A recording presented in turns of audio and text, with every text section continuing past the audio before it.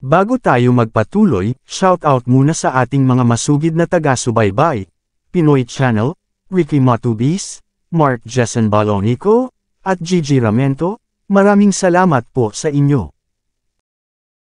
Kabanata 3451.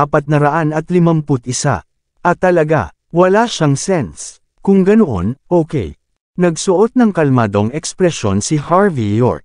Kung gayon nasaan ngayon ang kagalang-galang na si Mrs. Lee? Galit na iginalaw ni Dylan Lee ang kanyang mga mata. Sa puntong ito, wala siyang choice kundi sabihin sa kanya. Nasa Shangri-La Floatwell Hotel siya. Birthday ni Mrs. Lee. Pinaplano kong ibabaka bilang regalo para sa kanya. Biglang umasim ang mukha ni Dylan. Hindi niya gagawin ang ganoong bagay kung alam niya kung sino ang lalaking nauna sa kanya. Anong biro? Ang katotohanan tungkol sa pinsala ng kanyang anak na babae ay hindi pa lumalabas. Sinisisi niya ang isang inosenteng dalaga para dyan, ngunit ayaw niyang magbigay ng pahayag tungkol dito. Paanong hindi niya ikinahihiya ang sarili niya? Kalmadong naka-cross arm si Harvey habang naglalakad palabas.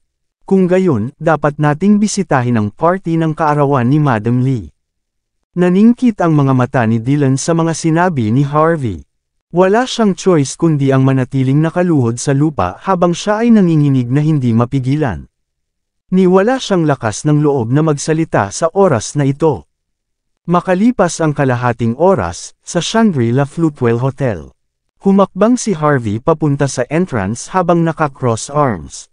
Sumunod naman si Dylan sa kanyang likuran habang walang tigil na nanginginig. May gusto siyang sabihin, pero hindi man lang siya naglakas loob na magsalita.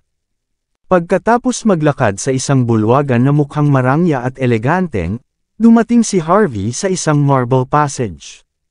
Isang pinto na nababalutan ng mga alahas ang nakita sa dulo ng daanan patungo sa VIP banquet hall. Dito raw nag-celebrate ng birthday si Mrs. Lee. Ang kanyang anak na babae ay nagpapahinga pa sa ospital. Ngunit ang kanyang party ang pinakamahalaga sa kanya. Ang party ay hindi lamang para ipagdiwang ang kanyang kaarawan. Ginamit niya ang pagkakataong makilala ang ilang kilalang tao na karaniwan niyang hindi makilala. Sa ganoong paraan, mapapanatili niya ang kanyang katayuan at pagkakakilanlan bilang isa sa mga upperclassmen ng Floatwell. Kung ikukumpara sa party, walang halaga sa kanya ang buhay ng kanyang anak.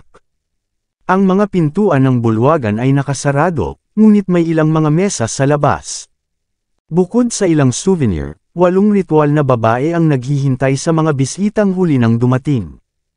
Kalmadong sinulyapan ni Harvey ang mga babae. Hindi niya makita si Mrs. Lee, kaya nagpasya siyang mag-isa sa loob ng bulwagan. Tumigil ka, sino ka? May invitation ka ba? Sigaw mula sa likuran ng papasok na si Harvey sa hall.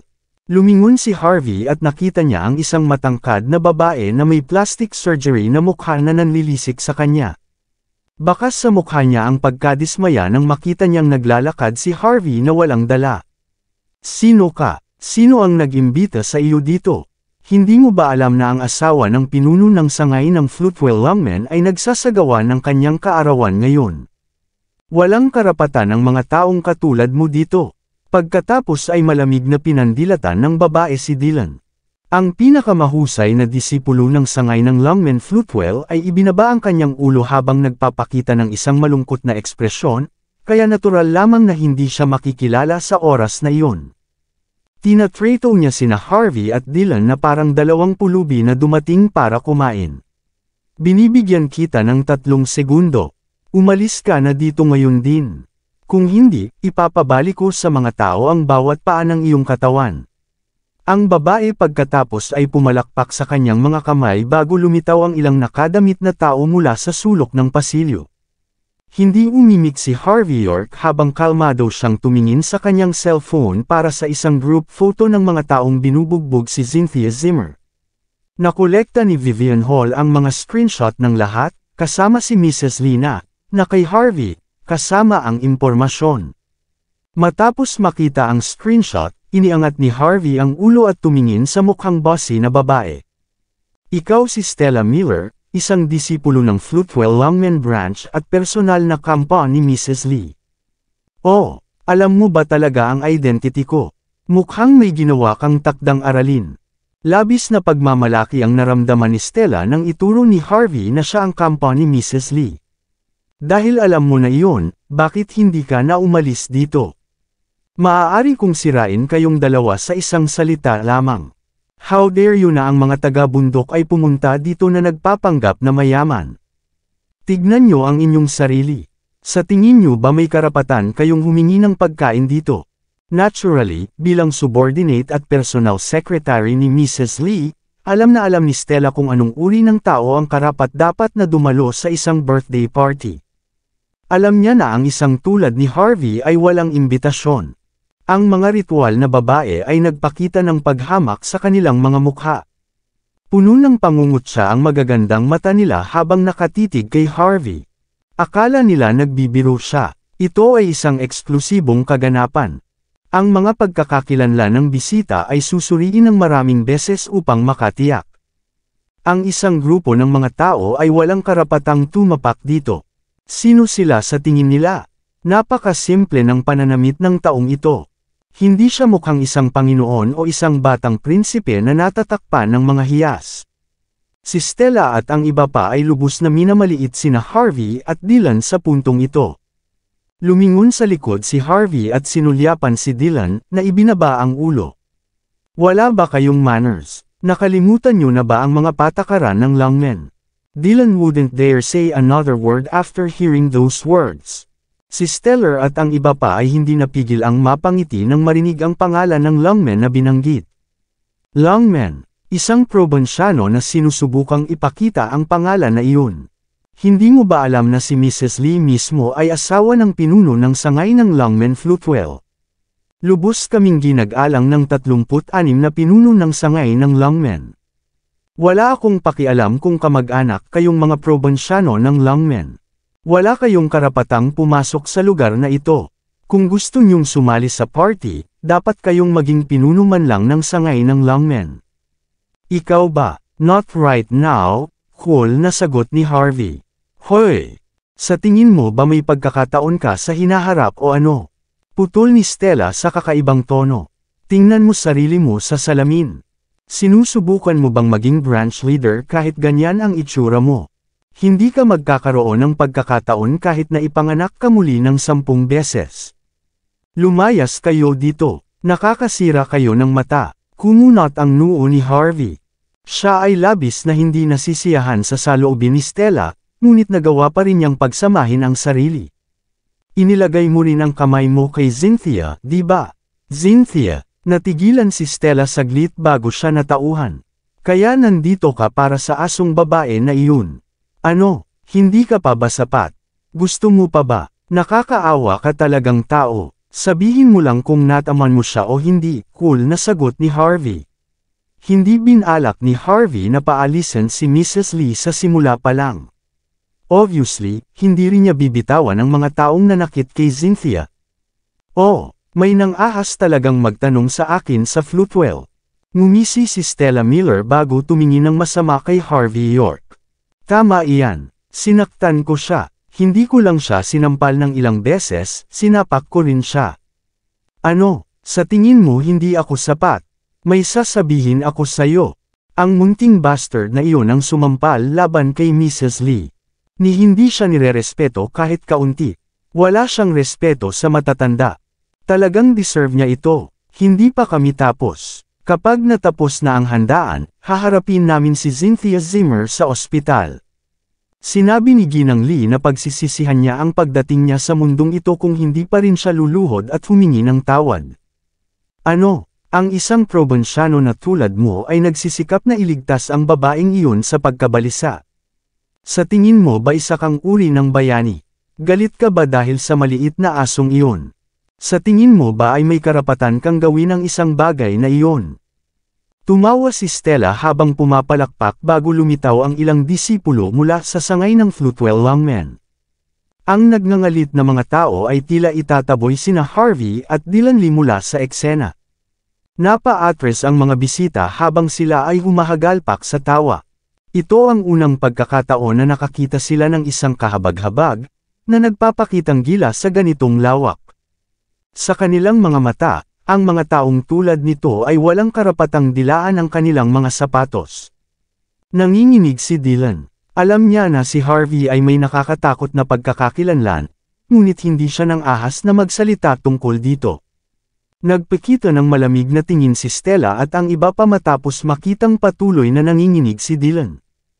Tulad ng inaasahan sa isang probinsyano, siya ay natatakot sa ilan sa mga disipulo ng Longmen. Sa ibang pagkakataon ay luluhod sila kung ganoon. Yun naman ay natural lang. Ang mga panlabas na disipulo ng Longmen ay medyo makapangyarihan. Tama lang na ganito sila katakot. Nang hindi nag-iisip, ang tingin ni Stella ay naging malamig na parang yelo. Ilang tao ang naglabas ng kanilang mga cellphone para kumuha ng litrato. Inaasahan nilang makikita nila sina Harvey at Dylan na lumuhod sa harap ng lahat. Kalmadong sinulyapan ni Harvey ang lahat ng nasa harapan niya. Napakagandang makita, probinsyano ka. Sobrang nakakatakot. Sobrang lamig. Nakakaramdam ako ng killing intent mula dito. Siguro naglalaro ka sa isang security guard mula sa Wallsings Academy of Motion Pictures, tama ba? Tiyak na marunong kang kumilos. Proud na pinandilatan ni Stella si Harvey. Kung patuloy mo akong tinitingnan ng ganyan, baka mamatay ako sa takot. Hahaha, napabuntong hininga si Harvey. Wala siyang karapatan para kumilos ako. Natigilan si Dylan matapos marinig ang mga salitang iyon. Alam niya kaagad na oras na para mag-perform siya. Nang walang utos ni Harvey, humakbang pasulong si Dylan at agad na iniwas ang kanang kamay. Sampal. Isang malakas na sampal ang maririnig. Pinalipad si Stella habang sumisigaw sa sakit. Ang plastic surgery na mukha niya ay bahagyang na-deformed sa sandaling ito. Kahit isang ngipin may lumabas sa bibig niya. Si Dylan ay likas na tumingin kay Harvey pagkatapos ng sampal. Nang walang makitang reaksyon mula sa kanya, humakbang muli si Dylan. Sampal, sampal, sampal. Sinasampal si Stella. Pinalipad din ang mga alagad ng Longmen na may mga marka ng palad sa kanilang mga mukha.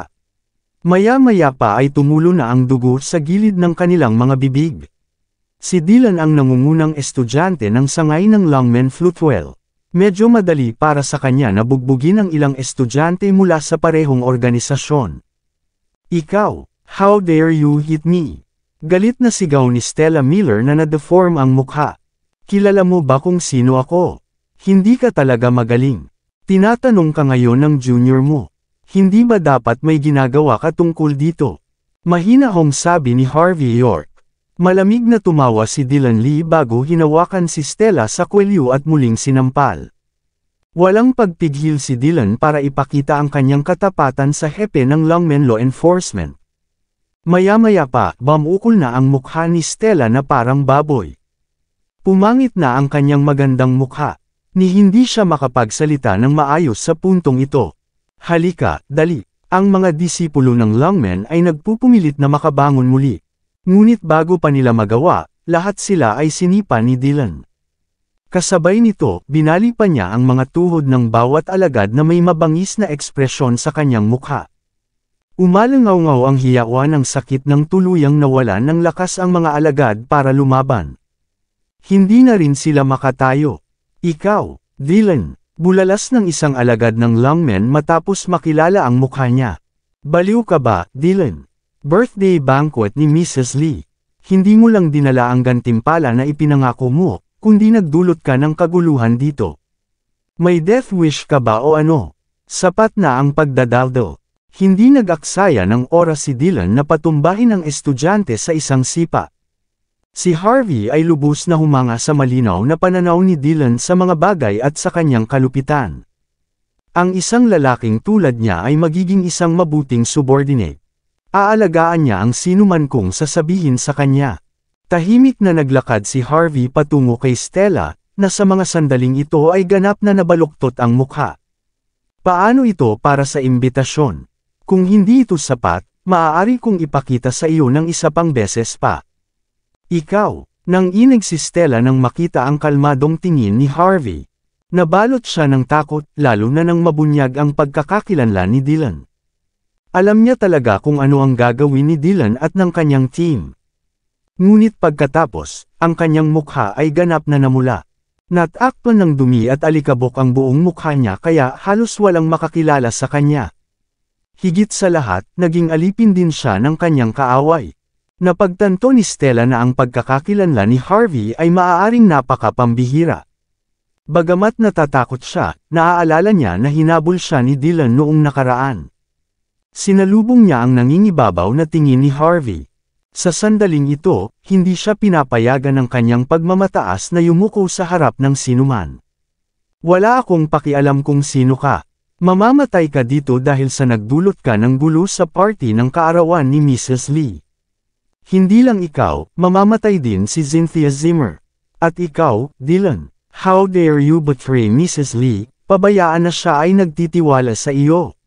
Magiging impyerno ang buhay mo. Ito ay isang malaking kasalanan.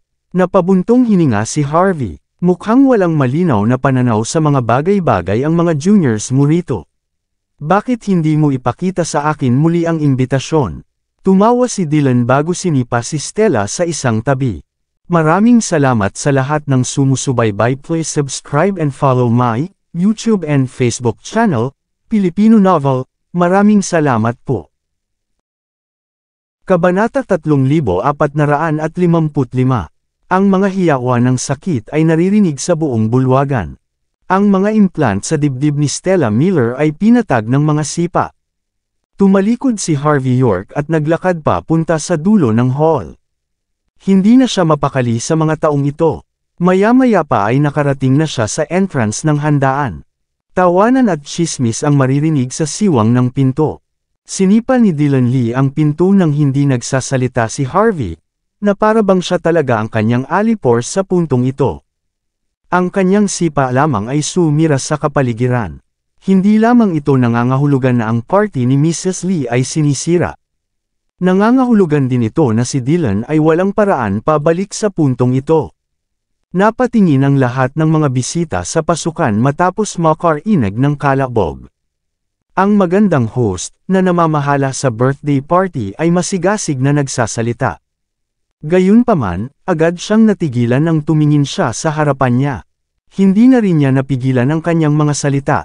Si Mrs. Lee ay hindi ang pinakakilalang figure ng Floatwell. Ngunit ang kanyang asawa ang pinuno ng sangay ng lungmen na may pinakamataas na ranggo sa 36 na sangay. Marami sa mga batang master sa Floatwell ay mayroon ding nominal na titulo ng lungmen na disipulo. Ang mga taong dumating sa birthday party ay wala sa tuktok ng social circle sa Floatwell ngunit napaka-prominenteng mga tao pa rin. Walang sino mang umasa na may taong papasok sa high class na party na ito ng napakayabang. Hindi ito kapani-paniwala. Sino ka? How dare you make such big commotion here? Ang 12-dosenang mga disipulo ng lungmen na namamahala sa pagpapanatili ng kaayusan ay agad na sumulong. Kakaibang mga tingin ang ipinakita ng ibang bisita nang makita ang eksena. Natural, nakita ng lahat si Stella at ang iba pa na nakahandusay sa labas ng entrance. Di talaga nila ginag-alang si Mrs. Lee. Si Mrs. Lee na malapit nang maghiwa ng kanyang birthday cake ay nagpakita ng malamig na tingin. He looked nonchalant as he held his glass while giving Harvey a death glare. Hindi niya nakilala ang mukha ni Harvey, ngunit alam niyang tapos na siya. Ito ay isang party sa kaarawan. Ang mga taong pumupunta rito ay may malalim na konektado sa mga lungmen. Maraming miyembro ang lumitaw dito, kasama ang iba pang mayayaman at makapangyarihang tao. Kung ito ay upang ipakita sa harap ng itaas na mga social circles o upang magbenta ng mga pabor, ang mga taong iyon ay hindi magdadalawang isip na Yuricon ang probinsyanong ito. Hindi na pinansin ni Harvey ang mga tao at naka-cross arms habang papasok. Hindi nagpatinag si Harvey sa mukha ng mga mabangis na estudyante ng lungmen. Hindi maiwasan ng mga tao na humanga kay Harvey matapos makita iyon. Ngunit mas marami ang nagpakita ng mapaglarong ekspresyon sa kanilang mga mukha. Nadama nila na si Harvey ay mataas o ganap na baliw. How dare he make this much trouble at such a event? Hindi lang siya mayabang sa puntong ito. May death wish siya. Maraming tao dito ay kabilang sa mga lungmen. Sa totoo lang, ang mga taong iyon ay mga disipulo ng asawa ni Mrs. Lee. Sa isang salita lamang, si Harvey ay mamamatay sa isang kakilakilabot na kamatayan. Hindi alintana ni Harvey York ang lahat na nakatingin sa kanya, ikanaway niya ang kanyang kamay. Sinenyasan ng takot na dalaga na lumapit bago casual na kumuha ng isang baso ng champagne para malinisan ang kanyang lalamunan. Bibigyan kita ng pagkakataon para sa champagne dito, Mrs. Lee. Umalis ka na rito, at maaari kong isipin na hindi ka malumpo. Malamig na ngumisi si Madam Lee na may panghahamak sa kanyang mga mata. Wala siyang ideya kung sino si Harvey, kaya inisip niya na isa lang itong cocky brat at hindi prominent figure. Naniniwala siya na maraming tao dito ang makakayanan ito. Hindi ka ba kahanga-hanga, Mrs. Lee? Hindi ba dati pinakiusapan mo ako sa ibang mga tao? Bakit ngayon ikaw ay nagtatago? Hinawakan ni Harvey ang kanyang baso at lumabas sa platform. Ikaw ang asawa ng pinuno ng sangay ng Floatwell Longmen. Talagang nakaka-disappoint ka. How dare you? Sino ka sa tingin mo? Isang nasa katanghaliang gulang na lalaki ang tumayo at hinubad ang kanyang suit. Inilantad ang kanyang payat na kalamnan bago mabangis na naglakad patungo sa platform. Sa tingin mo ba kaya mong insultuhan si Mrs. Lee ng ganoon lang?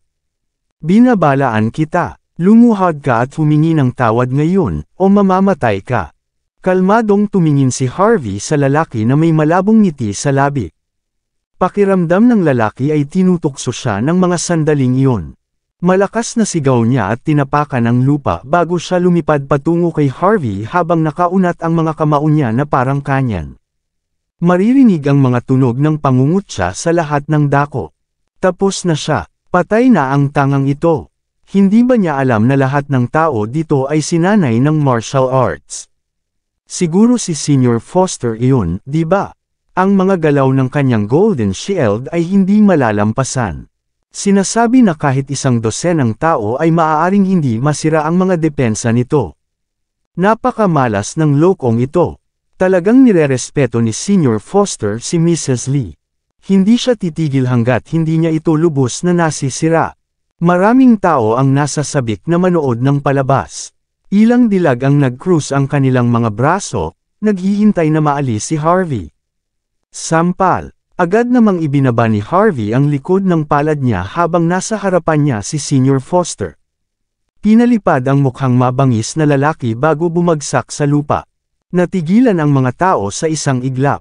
Napuno silang lahat ng hindi paniniwala. Bumagsak ng husto ang panga ng mga dilag na maaaring magkasya ang isang buong itlog sa kanilang mga bibig. Sa oras na ito, nagising ang 12-dosenang mga disipulo ng Longmen na namamahala sa seguridad. Nag-charge sila ng walang sinumang nag-utos sa kanila. Pagkatapos ng lahat, hindi lang sila nirerespeto ni Harvey sa puntong ito. Hindi na kailangang gumawa ng anumang aksyon noon si Harvey. Sumugod si Dylan Lee sa kanyang harapan, na nakaharang sa daanan ng mga estudyante. Ang mga alagad lahat ay nakahandusay sa lupa, na paralisado pagkatapos ng matinding labanan. Wala na silang lakas para tumayo man lang. Huminga ang karamihan. Maya-maya ay natauhan na sila. Akala nila ay mayabang lang si Harvey dahil may kasama itong napakalakas na bodyguard. Ngunit dahil natatakpan ng alikabok at dumi ang mukha ni Dylan, walang makapagsasabi kung sino siya kahit medyo pamilyar siya. Hindi napigilan ni Mrs. Lee na ipikit ang kanyang mga mata matapos makita ang tanawin. Laking gulat niya nang makitang inilabas ng bodyguard ni Harvey York ang lahat ng lumapit sa kanya, ngunit hindi siya masyadong naabala dito. Pagkatapos ng lahat, naniniwala siya na ang awtoridad at firepower ay nangangahulugan ng higit pa sa martial arts sa modernong mundo. Di nagtagal, nagpadala si Mrs. Lee ng salita upang dalhin ang isang dosenang armadong bodyguard. Hindi ka pa rin lumalabas sa puntong ito. Tahimik na tanong ni Harvey na para bang hindi niya nakita si Mrs. Lee. Gusto mo bang ako na mismo ang magkaladkad sa iyo? Anong ginagawa mo dito, binata? Isang matandang lalaki na nakaitim na suit ang nakatayo na may diretsyong tingin. Naisip mo na ba ang mga kahihinatnan ng paggawa ng isang bagay na iyon? Ano ang sinusubukan kong gawin? Sagot ni Harvey, nandito lang ako para kumuha ng pahayag. Masasabi ko sa lahat ngayon na ito ay isang personal na bagay. Nandito lang ako para sa mga pahayag ni Mrs. Lee ngayon. Kahapon, sa isang dula ng strip murder sa Floatwell's Film City, si Larissa Lee, ang anak ni Mrs. Lee, ay nasugatan ng aksidenteng pumutok ang baril. Si Ginang Lee ay hindi naghahanap ng katotohanan, at hindi rin siya naghahanap ng pahayag mula sa Film City. In the contrary, ang inosenteng hipag ko ang sinisi niya. Hindi man lang nag-atubili si Madam Lee na bugbugin siya. Sinabi pa niya sa mga tao na ako ang nag-load ng mga live na bala sa demonstration firearm, na sinaktan ang kanyang anak na babae bilang isang resulta. Pagkatapos, pinasundan niya ako sa mga tao niya. Kalmadong tumingin si Harvey sa paligid niya. Pinalo niya ang aking hipag at agad akong pinuntahan. Kung hindi ako sapat, patay na ako ngayon, tama ba? Natural lang na nandito ako para humihingi ng pahayag, di ba? Nagkatinginan ang lahat sa katahimikan. Sila ay hindi gaanong confrontational sa puntong ito. Kung tutuusin, kung totoo ang lahat ng sinabi ni Harvey, si Mrs. Lee ang may kasalanan. Sabi nga, susuportahan lang ng mga tao kung sino man ang mas malapit sa kanila sa panahon ngayon. Sino ang tatayo para sa isang taong nasa ganoong sitwasyon? Nakaramdam ng kaunting awkward ang matanda bago siya malamig na ngumisi. Kahit na gumawa si Madam Lee ng mga bagay na medyo sukdulan dahil sa pagmamahal niya sa kanyang anak. Hindi ka maaaring magdulot ng gulo dito. Maaari mong iulat ito sa pulisya o pumunta ka sa korte. Ngunit hindi mo maaaring labagin ang batas ng ganoon lang. Hindi karahasan ang sagot. Hindi lamang ang iyong mga aksyon ay magpapalala sa mga bagay, ngunit ang iyong buong pamilya ay makakaladkad din dahil dito. Ang matanda ay nagsuot ng tuwid na ekspresyon sa kanyang mukha. Sa kanyang mga mata, si Harvey ay nagkasala ng paglabag sa batas. Sampal. Agad namang sumulpot si Harvey sa harap ng matanda at sinampal ito sa mukha. Napasigaw ang matanda sa sobrang sakit bago naghihiganting pinulot ang bote ng alak sa lupa habang nagngangalit ang mga ngipin. You little bastard! Babayaran mo ito! Sampal! Agad naman siyang pinalipad ni Harvey gamit ang isa pang sampal. Kahit na maging emosyonal at tamaan kita bilang resulta, bawal kang manggulo. Maaari kang tumawag ng pulis o pumunta sa korte. Ngunit, hindi mo maaaring labagin ang batas at maging dahilan upang maiwasang madamay ang iyong pamilya. Walang pagdadalawang isip na sagot ni Harvey. Ikaw, sa sobrang galit ng matanda ay muntik na siyang mag-ubo ng dugo. Hindi siya pinansin ni Harvey York at sinulyapan ang karamihan. Hindi ka pa rin ba lalabas ngayon, Mrs. Lee? Tama iyan.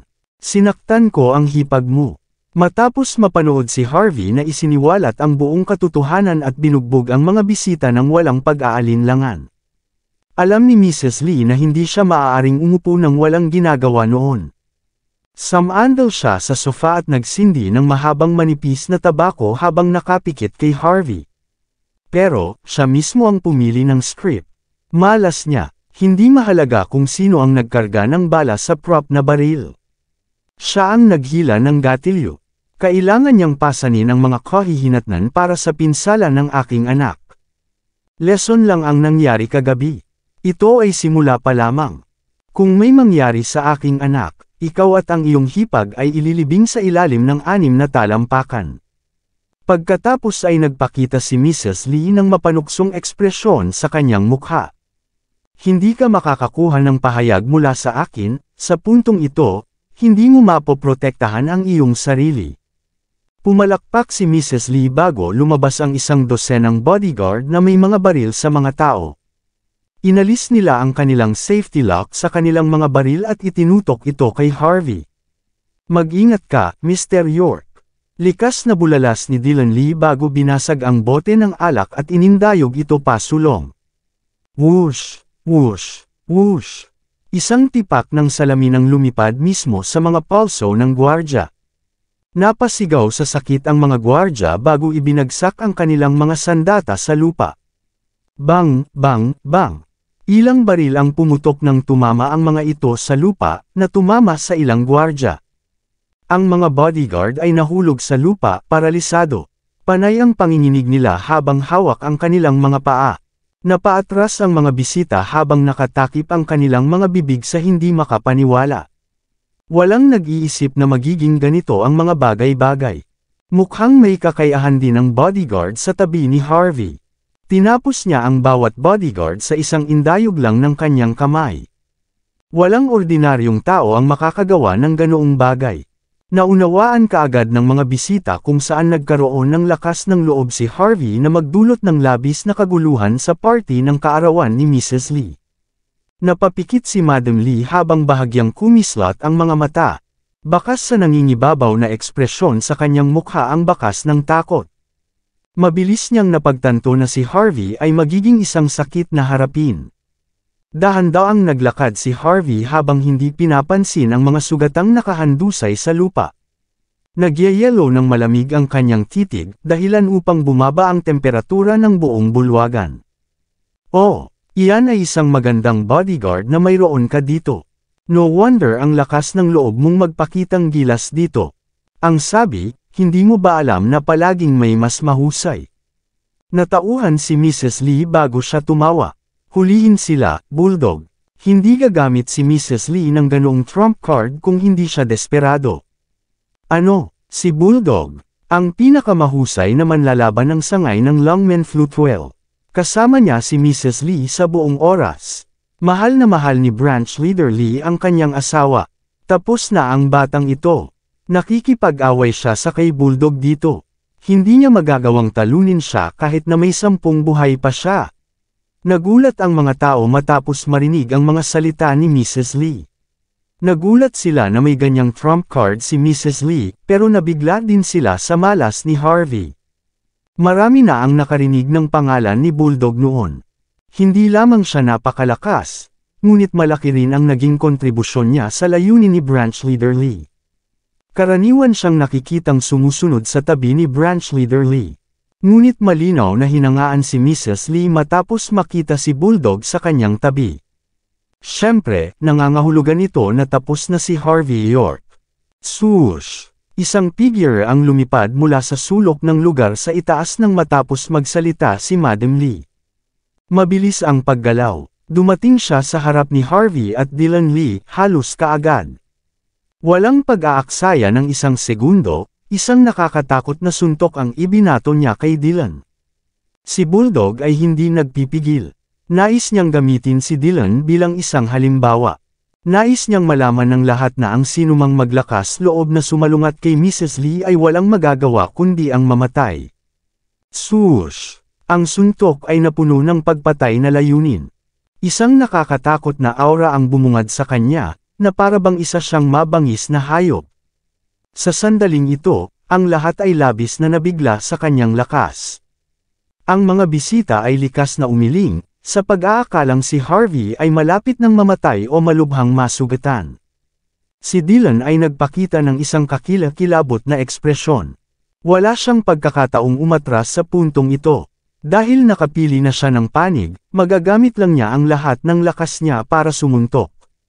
Bam! Sa ilalim ng mga titig ng karamihan, nagsalpukan ang mga kamao ni Dylan at Bulldog. Nang inig ang katawan ni Dylan bago siya pinalipad na may dugong bumulwak sa kanyang bibig. Kitang-kita ng lahat ang kanyang mukha nang bumagsak siya sa lupa. Dylan, ikaw na masama. How dare you na sirain ang birthday banquet ni Mrs. Lee para sa isang tagalabas na tulad niya? May death wish ka ba o ano? Nakilala ng maraming tao si Dylan noon. Matapos ang pagkabigla, naunawaan nila kung bakit maaaring kumilos si Harvey ng mayabang. Pagkatapos ng lahat, ang nangungunang mga disipulo ng sangay ng Longmen Flutewell ay nakikipaglaban sa kanyang tabi. Nagtatanong ang lahat kung bakit biglang pumanig si Dylan matapos maging tapat kay Mrs. Lee sa mahabang panahon. Ngunit tila wala itong pagbabago matapos siyang bugbugin ng husto. Bahagyang natigilan si Mrs. Lee bago siya tumawa. Sa ngayon, magpasya siyang harapin ang taksil mamaya. Pagkatapos, kalmado niyang tinitigan si Harvey na nagtataka. Hindi ko alam kung paano mo nagawang isama ang taksil na ito para sa iyo, anak. Ngunit, sa puntong ito, walang ibang makakapag-protekta sa iyo. Kalmadong sinulyapan ni Harvey si Dylan. Siya ay medyo may talento, ngunit iyon ay doon lamang siya umabot. Hindi mo na siya kailangang tingnan. Magdurusa siya kahit hindi siya mamatay. Ang lungmen ay palaging nagtatagumpay sa mga taksil. Tumawa si Mrs. Lee habang nakaturo kay Harvey. Hulihin mo siya, Bulldog. Ngumisi si Bulldog habang sinusukat si Harvey. Hindi ko alam kung saan mo nakuha ang lahat ng lakas ng loob para pukawin si Mrs. Lee. Ngunit hindi na mahalaga ngayon. Para ka ng patay. Tumalon si Bulldog habang nakatutok ang kamao kay Harvey. Plano niyang talunin si Harvey tulad ng ginawa niya kay Dylan. Sampal. Hindi nag-aksaya ng oras si Harvey sa paghampas sa kamao ni Bulldog gamit ang likod ng palad nito. Ang mapagmataas na ekspresyon ni Bulldog ay agad na natigil. Isang surge of power ang mararamdaman mula sa kasalukuyang sampal ni Harvey. Kabanata 3460. Nabasag ang kamay ni Bulldog bago umikot kung saan-saan na parang pretzel. Oh! Napasigaw si Bulldog sa sakit habang pinalipad siya, at nabangga sa maraming tao bago siya bumagsak sa lupa. Tumutulo ang malamig na pawis sa kanyang mukha. Siya ay ganap na paralisado. Nagulat si Mrs. Lee at ang mga bisita nang makita nila ang tanawin. Paano siya naparalisa ng biglaan? Si Bulldog ay dapat na walang talo, ngunit hindi niya makuha kahit isang suntok mula kay Harvey. Totoo ba ito? Anong nangyari? Anong nangyayari dito? Ganyan na ba talaga katakot ang taong ito? Napatumba niya si Bulldog sa isang sampal lang. May nakita ba ako? Minamaliit ba ni Bulldog ang kanyang kalaban? Baka nasaktan siya sa pakikipaglaban kay Dylan. Tiyak. Hindi ito mangyayari kung hindi iyon ang kaso. Ang mga bisita ay galit na kinusat ang kanilang mga mata matapos makita si Harvey na napakadaling ibinagsak si Bulldog. Nakita nila ito ng sarili nilang mga mata, ngunit hindi nila kayang tanggapin ang katotohanan. Si Bulldog ay sikat na manlalaban sa mga nakaraang taon. Pinalipad niya si Dylan ng walang pagsisikap, ngunit hindi niya maipagtanggol ang kanyang sarili laban kay Harvey. Ang sampal ay higit na lumampas sa inaasahan ng lahat. Sino ka? Halos mabali ang ngipin ni Bulldog sa oras na ito. Pinilit niyang huwag sumigaw. Napakunot noo siya habang nakatingin sa na-deformed niyang braso. Kilala ko ang bawat miyembro sa Flutewell. Pero hindi kita kilala. Kalmadong sinulyapan ni Harvey si Bulldog. Dahil nabulag ka sa katotohanan, bibigyan kita ng pagkakataong mabuhay. Isang sulyap ay sapat na para manginig si Bulldog.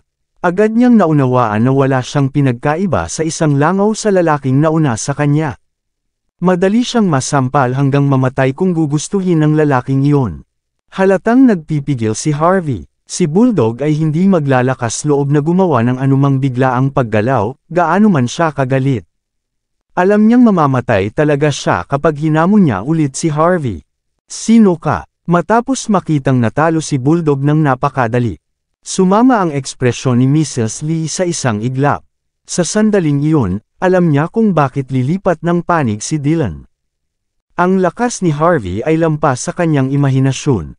Importante ba ito? Kalmado ang ekspresyon ng mukha ni Harvey. Hindi mo ba naisip na ang 13 sampal at 17 sipa na ibinigay mo sa aking hipag ay mas mahalaga kaysa doon? Anong gusto mo? Si Mrs. Lee ay may kakilakilabot na ekspresyon sa kanyang mukha. Hindi niya inaasahan na malalaman ni Harvey ang mga ganoong detalye. Bibigyan kita ng 1 minuto. Napatingin si Harvey sa relong Rolex sa kanyang pulso. Bigyan mo ako ng pahayag na magpapasaya sa akin. Kung hindi, magkakaroon ng bagong branch leader ang Flutewell Longmen Branch. Hamalakhak si Mrs. Lee. Pinilit niyang tumigil sa panginginig bago dahan-daang bumuga ng usok. Sabi mo may koneksyon ka rin sa Longmen. Kung gayon dapat mong malaman kung gaano kalakas ang pamilya Lee sa Longmen. Pinagtatawanan mo ba ang asawa ko? Karapat-dapat ka ba?